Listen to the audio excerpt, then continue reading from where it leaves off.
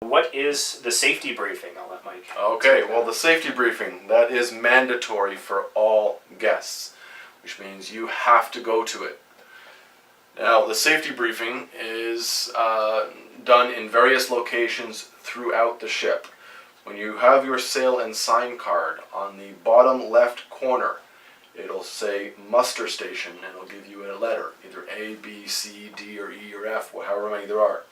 So the bottom left corner, muster station A, is where we are. So, and it'll actually tell you in the fun times. Does it actually tell you in the fun times where the muster stations are? It doesn't say where they are, but it does tell you on your first day, it tells you when the safety briefing is. Yes, okay. And if you look on your door, the door will show you your muster station and how to get there in the most efficient route and safest route possible. As well, when the safety briefing begins, or shortly before it begins, staff will be in all the stairwells. You just show them your card, they'll point you in the right direction. They'll make sure you get where you need to be. Yes. Yeah, just make sure you listen out for the announcements. You do have to attend, so there's no chance of you being able to sneak off and hide somewhere, because they close everything down. All the foods, all the entertainment, casino, everything is shut down. But of course the casino's not even open until you leave port. So once you get to your assigned muster station, depending on whether or not you want to get it over and done with, or you want to sit and relax and wait for everyone else to do it, and then you just follow at the very end. My suggestion is sit as close to the front where they do their presentation as possible, because once they do their presentation of showing you how to don the life jackets and tell you all the emergency exits and what people are designed or actually trained for, they then want you to follow them outside to your designated rescue station, where you have your own rescue boat or your rescue life raft, whatever it's called. Yeah. There's various things. Some of them is a lifeboat, some of them is a life raft, and I think there's actually one other thing that was an acronym. I didn't quite catch what it was. I didn't get that one either.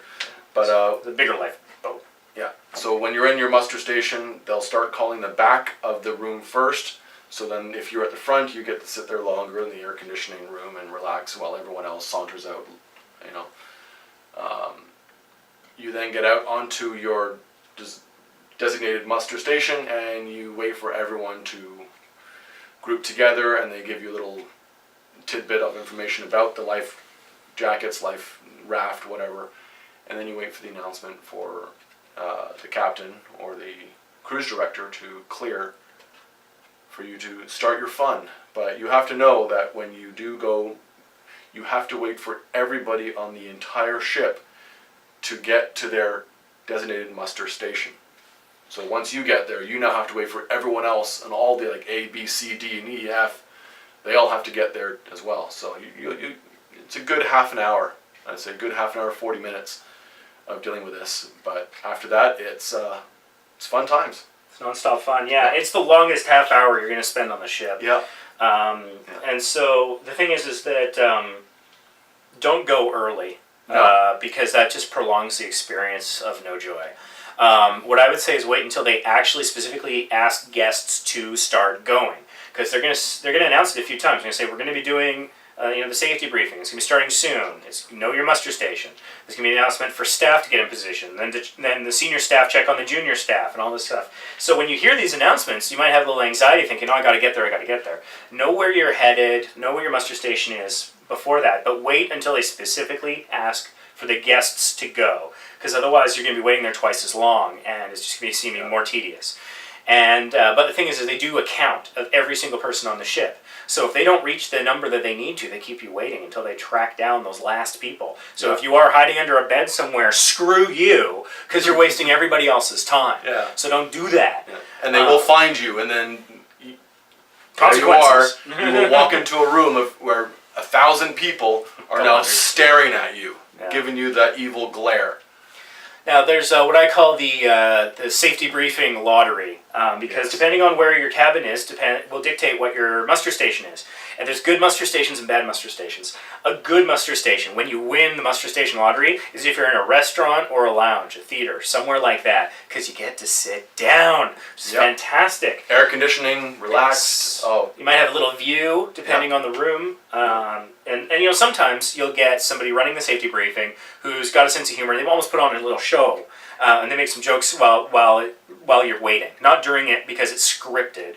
But before the script kicks in, sometimes you can get a good person, and that's nice. If it's somebody from the entertainment team, you're more likely to get somebody funny. Yeah. And that helps a lot. It does. Losing the muster station lottery, in my experience thus far, is Lido deck is actually pretty horrific. You think Lido would be great, it's a fun place, right? No.